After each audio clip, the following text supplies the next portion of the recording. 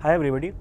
सो आज का हमारा टॉपिक है foreign portfolio investment and foreign direct investment. इन दोनों में क्या डिफरेंसेस हैं एंड डिफरेंसेस समझने के पहले हम ये समझेंगे कि कॉन्सेप्ट क्या है। मार्केट में जैसा कि आप जानते हो इन्वेस्टमेंट कभी भी स्टेबल नहीं रहती, वो हमेशा अप्स एंड डाउन्स उसमें होते रहते हैं। सो ये समझना बहुत इंपॉर्टेंट है कि कौन से किस कॉन्टेक्स्ट में इन्वेस्टमेंट हमारे कंट्री में या किसी भी दूसरे कंट्री में कैसे कैसे उसमें राइज होती है, कैसे कैसे फॉल होता है। बेसिकली इन्वेस्टमेंट हमेशा एक ऐसी चीज़ होती है ना जो आप कॉन्टेक्स्ट में देखते हो। जैसे अगर आपको लगता है कि कोई एसेट जो उसकी मार्केट वैल्यू हो सकती है बट वो उससे कम प्राइस पे मिल रही है, ठीक है, तो लोग उस समय उसको परचेज़ करना शुरू करते हैं। एंड जब वो ओवरबॉट जोन में आ जाता है तो फिर लोग उसको सेल करना स्टार्ट कर देते हैं, राइट। तो ये एक साइकिल है जो कि चलती रहती है। सो उसी नोट पे हम आज का टॉपिक स्टार्ट करेंगे। सो आज की जो आर्टिकल थी जहाँ से मैंने ये टॉपिक उठाया है, तो आप देख सकते हो यहाँ पे कि FPIs invest ₹30,385 crore in stocks in November. और नवंबर अभी ख़त्म नहीं हुआ है, राइट, अभी ये चल रहा है। अब अभी से कुछ दिन पहले एक और आर्टिकल आई थी जिसको कि हमने वीडियो में कवर किया था। बेसिकली जो हमारा बॉन्ड वाला टॉपिक था, तो उसमें मैंने आपको ये बताया था कि अगर यूएस मार्केट में अगर यूएस की सेंट्रल बैंक जिसको कि फेड भी बोलते हैं, सो उन्होंने अगर इंटरेस्ट रेट अगर बढ़ाए हैं, ठीक है, तो इंडिया से FPI का आउटफ्लो होने लगता है। अगर आपको इन दोनों में रिलेशन समझ में नहीं आ रहा है तो आप प्लीज़ वो वीडियो जाके देखिए, मैं आपको लिंक डिस्क्रिप्शन बॉक्स में दे दूंगा। लेकिन फिर भी यहाँ पे मैं समझाने के लिए बोल दूँ कि जैसे सपोज़ कि किसी भी कंट्री की सेंट्रल बैंक, यूएस हो गया, यूएस की सेंट्रल बैंक होती है जिसको कि हम फेडरल बैंक भी बोलते हैं, राइट, ठीक है। अब मान लो कि फेड वहाँ पे इंटरेस्ट रेट को बढ़ाती है, तो वहाँ पे इंटरेस्ट रेट को बढ़ाती है मतलब इसका ये होता है कि अगर वहाँ के इन्वेस्टर्स को, अगर मान लो कि बैंकिंग इंस्ट्रूमेंट्स जितने भी होते हैं, अगर वहाँ से अच्छा रिटर्न मिल रहा है तो वो फिर इंडिया आके किसी दूसरे इंस्ट्रूमेंट में इन्वेस्ट नहीं करेंगे, राइट। तो जब भी वहाँ पे इंटरेस्ट रेट बढ़ाई जाती है तो उसका इम्पैक्ट ये होता है कि इंडिया से FPI फॉरेन पोर्टफोलियो इन्वेस्टमेंट वो डिक्लाइन पे चली जाती है, ठीक है। तो इन दोनों में बहुत ज़्यादा लिंक्स हैं। जब भी इंटरेस्ट रेट हाइक्स होंगी किसी ऐसे इकनॉमी में जो कि हमसे बड़ी है, जैसे US हो गई, जापान हो गई, UK हो गई, UK की इकनॉमी अब हमसे बड़ी नहीं है, सॉरी, लेकिन ये जितने भी कंट्रीज़ रहे हैं ऐसे, ठीक है। तो अगर यहाँ पे कुछ ऐसे इंटरेस्ट रेट बढ़ते हैं या फिर वहाँ के मार्केट में अगर कोई फेवरेबल चेंज होता है तो हमारे स्टॉक मार्केट को या जो हमारा बॉन्ड मार्केट है तो वहाँ पे थोड़ा सा लॉस होता है हमें, क्योंकि यहाँ से इन्वेस्टमेंट चली जाती है, राइट। सो हम स्टार्ट करते हैं टॉपिक है इसका। तो पहले FPI को समझने के पहले हम ये समझेंगे कि फॉरेन इन्वेस्टमेंट होती क्या है, ठीक है। आज का हमारा ये रहेगा कि हम FDI को देखेंगे, FPI को देखेंगे और डिफरेंसेस को देखेंगे। सो फॉरेन इन्वेस्टमेंट की मतलब इसकी मीनिंग ये है बस कि अगर कोई ऐसा इन्वेस्टर जो कि इंडियन नहीं है, जो किसी दूसरे कंट्री का है, अगर वो यहाँ पे इन्वेस्टमेंट लेके आता है तो इसको बहुत ही सिंपल लैंग्वेज में हम फॉरेन इन्वेस्टमेंट बोल सकते हैं, ठीक है।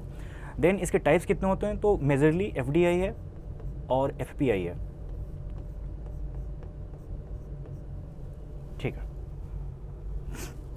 अब हम ये देखते हैं कि FDI क्या है। तो FDI का मतलब ये हो जाता है कि सपोज़ आपके पास इन्वेस्टमेंट के बहुत सारे ऑप्शंस होते हैं, राइट। एक तो ये हो सकता है कि आप किसी कंपनी के फिक्स्ड एसेट्स जैसे कि बिल्डिंग हो गई, या फिर बिल्डिंग बनाने के पहले लैंड हम करते हैं एक्वायर, राइट। लैंड हो गया, परचेज़ कर लिया हमने, बिल्डिंग्स बना दी जहाँ पे ऑफिसेज होंगे या फिर मैन्युफैक्चरिंग हब्स होंगे। देन ये भी हो सकता है कि कंपनी को वेयर हाउसेस की भी रिक्वायरमेंट होगी, राइट। तो ये जितने भी फिक्स्ड एसेट्स टाइप की चीज़ें हैं ना, अगर आप इनमें इन्वेस्ट करते हो तो ये बोला जाता है कि आप बिजनेस इंटरेस्ट में डायरेक्टली इन्वॉल्व हो रहे हो, ठीक है। तो उसी को हम बोलते हैं FDI। देन इसके बहुत सारे ऑप्शंस हो सकते हैं, जैसे मैंने बोला कि बिल्डिंग्स हो गई, ठीक है, या फिर लैंड है, या फिर वेयर हाउसेज हैं। तो जब भी आप कोई लॉन्ग टर्म पर्सपेक्टिव रखते हो किसी भी बिजनेस को लेके और उसके अकॉर्डिंग आप इन्वेस्टमेंट कर रहे हो तो हम उसको बोलेंगे FDI। ज़रूरी नहीं है कि सिर्फ इन्हीं सब चीज़ों में हो, वो हो सकता है स्टॉक में भी हो सकता है, ठीक है। एक RBI का जो लॉ है इस कॉन्टेक्स्ट में वो ये है कि अगर इन्वेस्टमेंट मोर देन 10% है कंपनी के पोस्ट इशू कैपिटल का, तो हम उसको FDI बोल सकते हैं, ठीक है। देन अब हम आते हैं FPI पे। तो मैंने आपको ये बताया पहले कि FDI का पर्सपेक्टिव थोड़ा लॉन्ग टर्म होता है। FPI का ऐसा होता है कि ज़रूरी नहीं है कि लॉन्ग टर्म हो, वो शॉर्ट टर्म हो सकता है यहाँ पे। अब ये शॉर्ट टर्म क्यों होगा, कैसे होगा, इसको हम समझेंगे।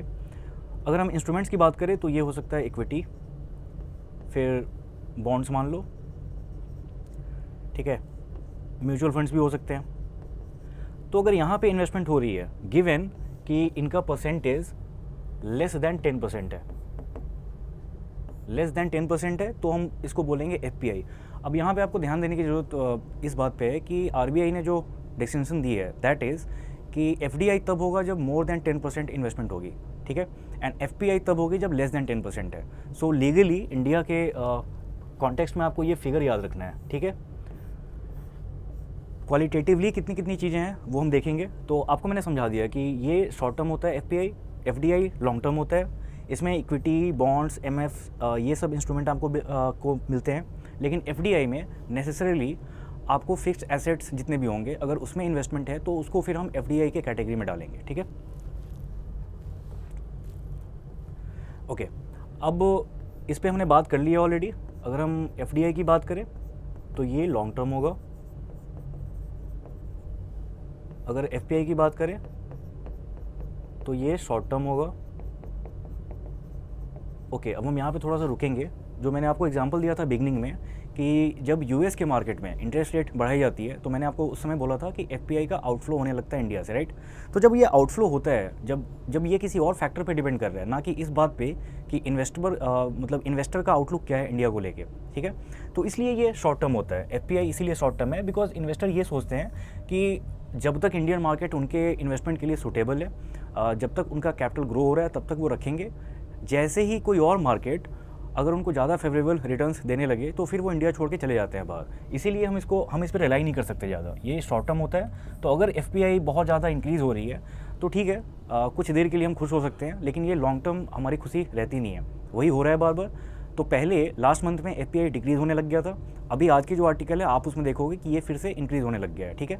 लेकिन FDI बहुत ही स्टेबल माना जाता है, क्योंकि अगर मान लो कि किसी कंपनी ने, किसी फॉरेन कंपनी ने या किसी फॉरेन इन्वेस्टर ने अगर किसी इंडियन कंपनी के लिए जो हेल्प ऐसे लेंड की है, जैसे फिक्स्ड एसेट्स को एक्वायर करने में हो सकता है वो, ठीक है, लैंड, बिल्डिंग्स, वेयर हाउसेज, ये सब, तो अब इसमें इन्वेस्टमेंट हो गई एक बार तो फिर वहाँ पे इन्वेस्टमेंट उन्हें स्टेबल रखना पड़ता है, बनाए रखना पड़ता है, क्योंकि ये चीज़ें बहुत लॉन्ग टर्म के लिए आपको फ़ायदा देगी, ठीक है। तो आप शॉर्ट टर्म ये नहीं बोल सकते कि मैंने अभी लैंड परचेज़ की है, मैं उसको 2-3 महीने बाद बेच दूँ, क्योंकि आपको इसके लिए फिर बायर भी ढूंढने में काफ़ी दिक्कत होती है, राइट।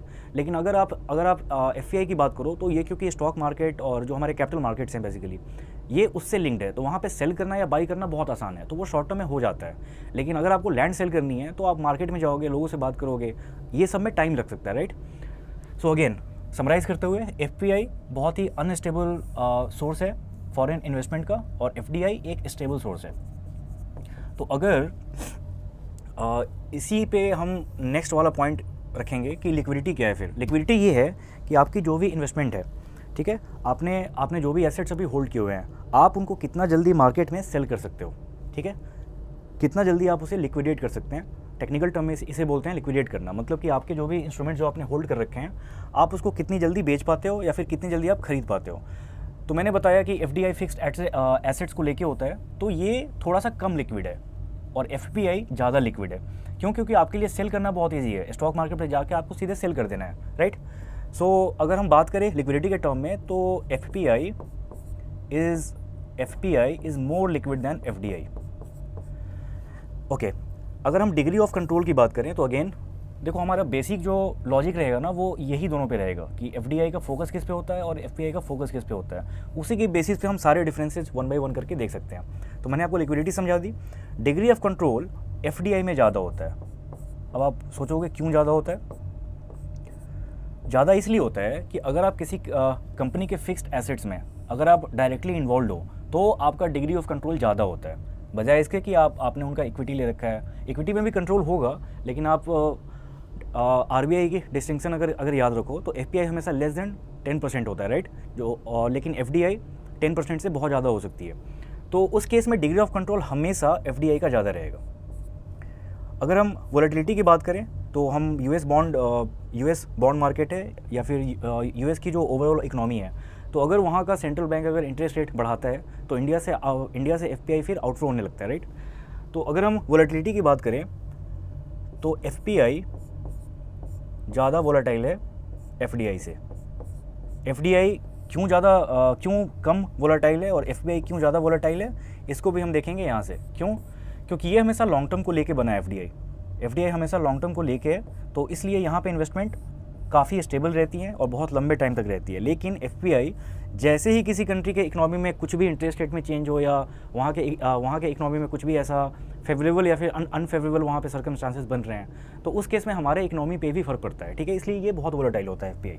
तो आपको ये डिफरेंसेस याद रखने, हो सकता है एग्जाम में स्टेटमेंट के फॉर्म में पूछ दिया जाए।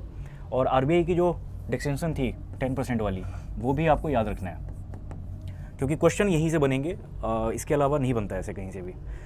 सो आज के सेशन में जितनी भी इन्फॉर्मेशन मैंने आपको दी है, आप उसको याद रखना। और आज के मिंट स्टैटिका में जो क्वेश्चंस होंगे, उसमें एक क्वेश्चन इसके ऊपर भी रहेगा, ठीक है। बाकी के 4 क्वेश्चन अलग अलग टॉपिक से रहेंगे, जो कि मिंट न्यूज़पेपर के अलग अलग आर्टिकल से लिए गए रहेंगे, ठीक है। सो आज का सेशन आपको अच्छा लगा हो तो जैसे मैंने बोला कि यहाँ पे जाके, इसकी भी लिंक आपको डिस्क्रिप्शन में मिलेगी, आप यहाँ पे जाके क्वेश्चन अटेम्प्ट करना। और कंटेंट आपको अच्छा लगा आज का तो प्लीज़ वीडियो को लाइक कीजिएगा। और काफ़ी लोगों ने अभी भी हमें सब्सक्राइब नहीं किया है, तो प्लीज़ कर दो यार। और बेल आइकन प्रेस करके वीडियोस जब भी अपलोड होती हैं वो आपको इंस्टेंटली मिल जाया करेंगी, तो प्लीज़ बेल आइकन पे भी प्रेस करना। थैंक्स फॉर वॉचिंग, और नेक्स्ट वीडियो में मिलते हैं।